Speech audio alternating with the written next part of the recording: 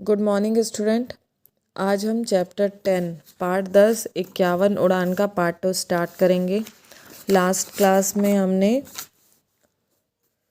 आप उड़ने में बहुत कच्चे हैं तक का हमने कंप्लीट किया था। विद मैंने आपको एक्सप्लेन कर दिया था। अब आगे का हम रीड करते हुए स्टोरी मैं आपको एक्सप्लेन करके बताऊंगी। हंस ने कहा, जरा उड़ते रहिए, धीरे धीरे उड़ना ही ठीक है। कौवे के पैर में अभी भी जोर बाकी था। कौवा आगे आगे और हंस पीछे पीछे उड़ रहा था। कौवा बोला, कहो भैया, यही उड़ान दिखानी थी ना। चलो अब हम लौट चले, तुम थक गए होगे, इस उड़ान में कोई दम नहीं।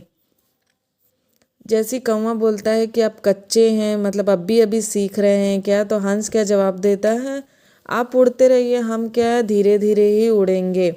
तो कौवे में अभी भी बहुत एनर्जी बचा था, इसलिए वो क्या खुशी खुशी क्या बोलता है कि अरे आप तो इतने पीछे हो और मैं आपसे इतना आगे उड़ रहा हूँ, इसमें क्या मज़ा आ रहा है, कुछ मज़ा नहीं आ रहा है, आप लोग तो थक जा रहे हैं। चलो हम एक काम करते हैं, उड़ान बंद करते हैं और नीचे की ओर चले जाते हैं। हंस ने कहा, जरा आगे तो उड़िए, अभी उड़ान दिखना तो बाकी है।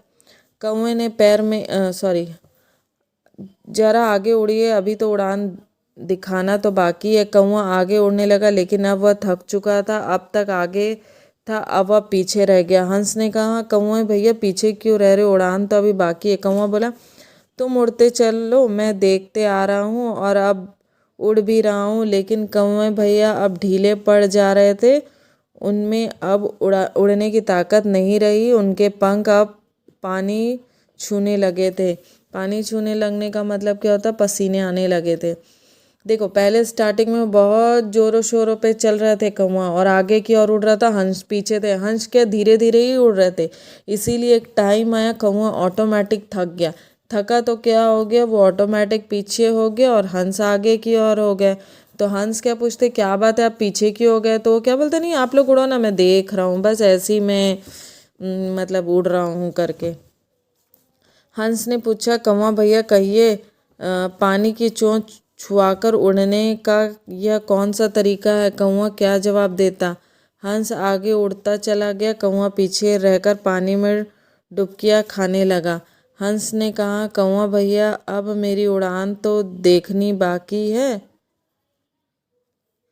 आप थक कैसे गए। पानी पीते पीते भी कौवे आगे उड़ने की कोशिश कर रहा था। कुछ दूर और उड़ने के बाद वह पानी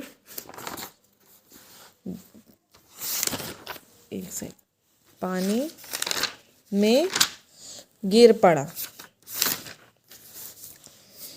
अब क्या धीरे धीरे जैसे जैसे वो हो रहा था, ऑटोमेटिक कौवा क्या थक गया था। अब वो ऑटोमेटिक पसीना पसीना हो गया था। ये पानी में चोट छुआ कर उड़ने का मतलब क्या होता है पता है, एकदम ज़्यादा थक कर वो मतलब थक जाना होता है, ठीक है। वो एकदम ज़्यादा थक गया था, ये चीज़ ना हंसों को पता चल गई थी, इसलिए वो लोग क्या बोलते हैं, आप इतना क्यों एकदम थक चुके हो, कुछ वो नहीं कर रहे हो, इस टाइप का बोलते हैं। हंस आगे उड़ता चला गया। ये सब जैसी बोले तो कौवा क्या जवाब देता। फिर हंस ना आगे उड़ता हुआ चले गया, कौवा पीछे रहकर पानी में डुबकियां लगाने लगा। मतलब वो पसीने में तरबतर हो गया था, डूब गया था, पूरा भीग गया था। हंस ने कहा, कौवे भैया अब मेरी उड़ान तो देखनी बाकी है, अभी मेरी उड़ान तो देखने बाकी है। हंस कौवे को बोलता है कि अब देखो, अब मेरी उड़ान देखने बाकी है, आप थक कैसे गए हैं। पानी पीते पीते भी कौवा आगे उड़ने की कोशिश कर रहा था। कुछ दूर उड़ने के बाद वह थक गया था। एक्चुअली वो इतना तरबतर हो गया था, बहुत भीग गया था, बहुत थक गया था, उसके बावजूद वो क्या कर रहा था, उड़ने की ना कोशिश किए जा रहा था। हंस ने कहा, कौवा भैया अब की यह कौन सी उड़ान है, 92 या 93। लेकिन कौवा तो पानी में डुबकियां खाने लगा और आखिरी सांस लेने की तैयारी कर रहा था। हंस को दया आ गई, वह फुर्ती से कौवे के पास पहुंचे और कौवे को पानी से निकालकर अपनी पीठ पर बैठा लिया। फिर उसे लेकर ऊपर आसमान की ओर उड़ चले।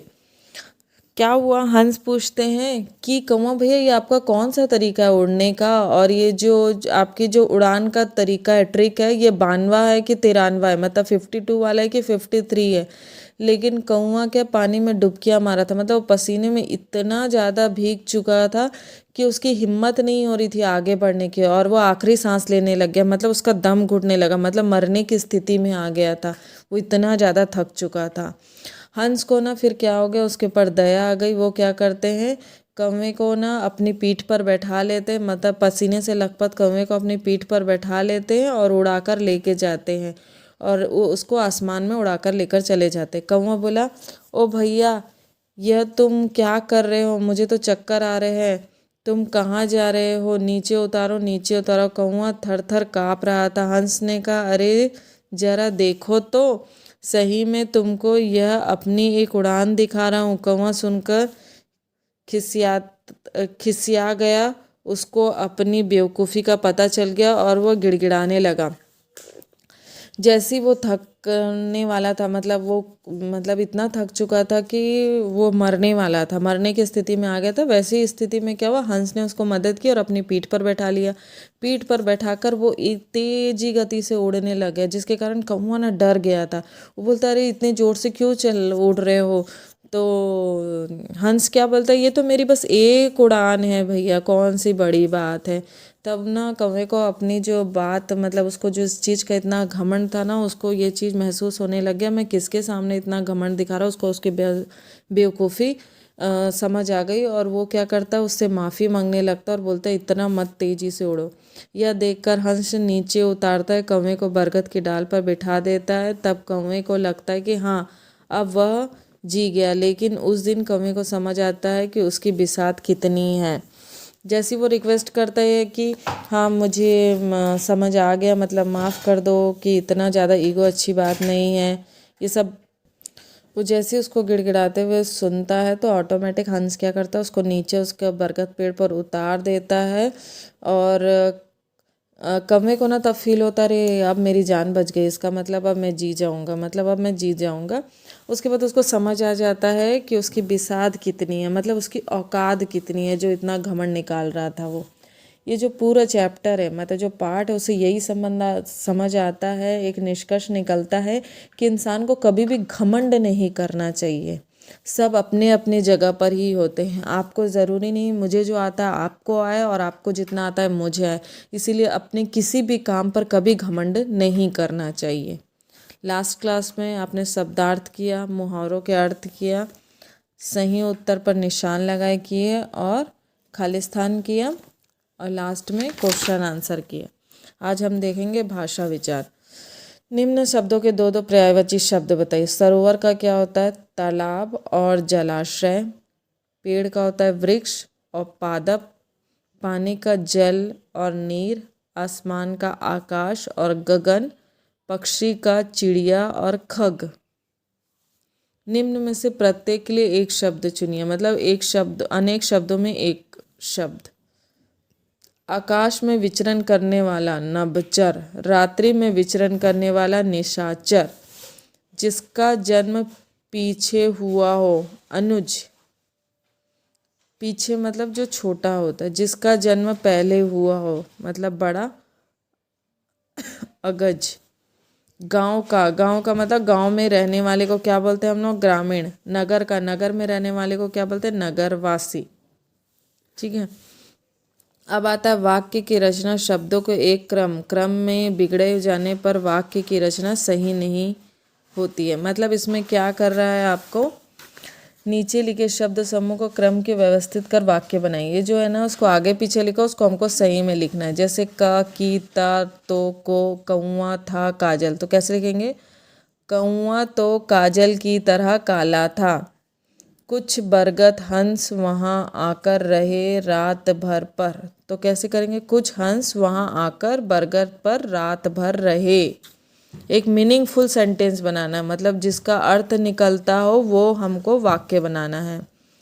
पानी पीते पीते कौआ कोशिश भी आगे उड़ने की कर रहा था। पानी पीते पीते भी कौआ आगे उड़ने की कोशिश कर रहा था। चक्कर तो आ मुझे है रहे, मुझे तो चक्कर आ रहे हैं। उसकी कौआ समझ गया कि है कितनी बिसात। कौआ समझ गया कि उसकी बिसात कितनी है। ठीक है। अब आता है आपका प्रविशेषण।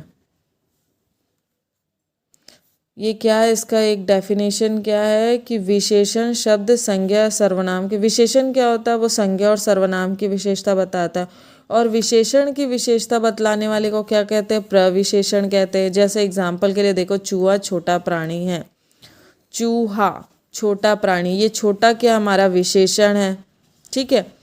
अब प्रविशेषण क्या होगा, चींटी बहुत छोटी है, छोटी भी होता है लेकिन वो क्या बता रहा है, बहुत छोटी है, मतलब ये छोटी हमारी विशेषण है और उसकी जो विशेषता बता रहा है वो बहुत है, या बहुत क्या हमारा प्रविशेषण है, ठीक है।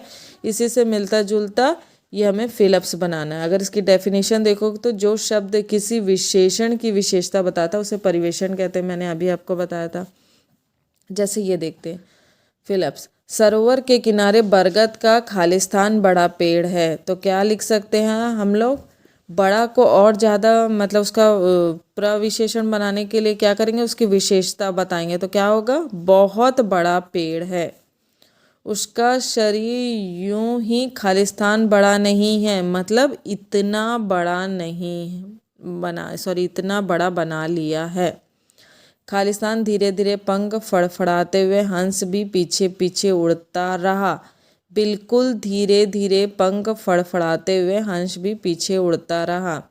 कौवा अब खालिस्तान थक चुका था, कौवा क्या होता था, कौवा अब बहुत थक चुका था, ठीक है। यहाँ आपका चैप्टर 10 कंप्लीट होता है। अगर आप लोगों को कुछ डाउट होगा तो आप लोग मुझसे पूछ सकते हैं, एंड थैंक यू।